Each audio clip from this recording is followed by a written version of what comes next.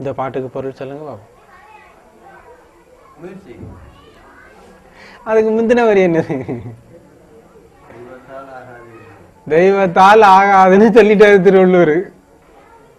அப்படிதானா? தெய்வத்தால் ஆகாதெனினும்.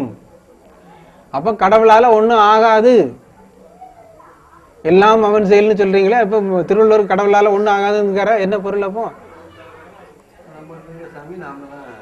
நம்ம கிட்ட இருக்கு தெய்வத்தால் ஆகாதெனினும். ஏன்னா தெய்வம் இப்ப நம்ம கிட்ட இருக்குது, உள்ள இருக்குது, அதால ஒண்ணும் செய்ய முடியல. ஏன்? நம்ம வினையில நம்மள ஆக்ட் பண்ணிட்டு இருக்கு. தெய்வத்தால ஒண்ணும் ஆகாம வினை வந்தாக நம்மள ஆட்டு வச்சுக்கிட்டு இருக்கு.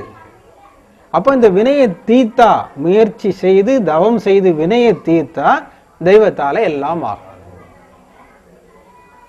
இதுதான் திருக்குறளுக்கு விளக்கம். யாராவது இப்படி திருக்குறளுக்கு விளக்கம் சொல்லுவானு கேளுங்க. இதுதான் ஞானம். அதாவது உண்மை பொருள் மெய்ப்பொருளை சிந்திக்கணும்.